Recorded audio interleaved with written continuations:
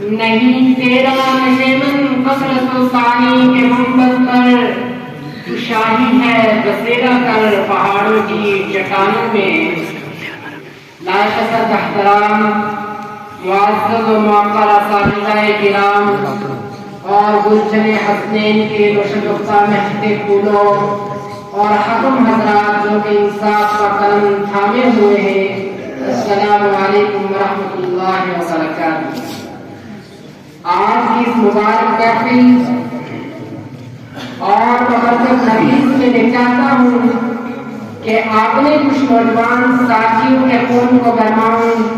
ان کے جوش و ولولے کو مہمیز لگاؤں اور انہیں اس وقت کے مخفف حالات سے آگاہ کر کے اپنا فریضہ ادا کرنے کی کوشش کروں۔ حضرات، یہ ایک ناقابل تردید حقیقت ہے کہ آج حالات اتنے پرخطر ہیں کہ کبھی تاریخ میں اس قسم کے حالات سننے میں نہیں آئے۔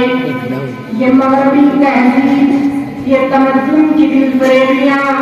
یہ خود غرضی اور خود فراموشی، یہ رکاوٹ و ہوسناکی،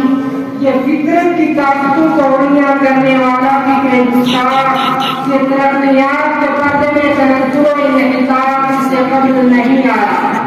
آج یہ قوم و ملت اپنا بہترین اندازہ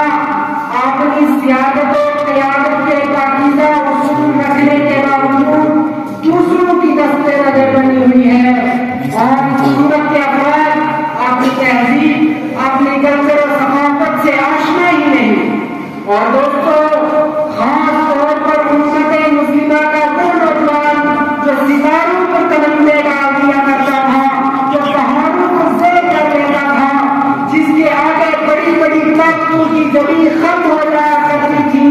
جو دریاؤں سمندروں میں اپنا راستہ تلاش کر لیتا تھا، جن کے آگے سب سے ٹھکانے چور ہو جایا کرتی تھی، جن میں مریم کی سی عفت، سلیمان جیسی دانائی اور ایوب جیسا صبر تھا، جو صرف اور صرف خدا کے سامنے جھک سکتا تھا۔ لیکن آج وہ نوجوان جو بیداری اور شجاعت، عفت اور عصمت اور عقل و حوصلہ سے عبارت تھا، زندگی کے میدان میں وہ سب سے پیچھے ہے۔ اس کے حصے میں طاس اور موت، عیش و تنگ، مستی اور آرام و راحت ہے۔ ان کی زندگی، ان کے سیرت و کردار اور ان کے